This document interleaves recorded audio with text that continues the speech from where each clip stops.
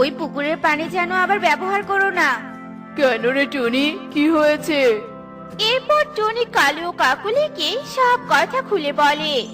ওহো রে, তাই নাকি রে টুনি? তাহলে তো এ কথা বনের সবাইকে বলতে হবে। তুই বরং সবার বাড়িতে গিয়ে এসব কথা বলে আয় টুনি। হ্যাঁ দাদা, আমি এক্ষুনি সবাইকে সতর্ক হতে বলবো। এরপর টুনি সেখান থেকে বনে ফিরে আসে আর সবার বাড়িতে গিয়ে সতর্ক করতে থাকে।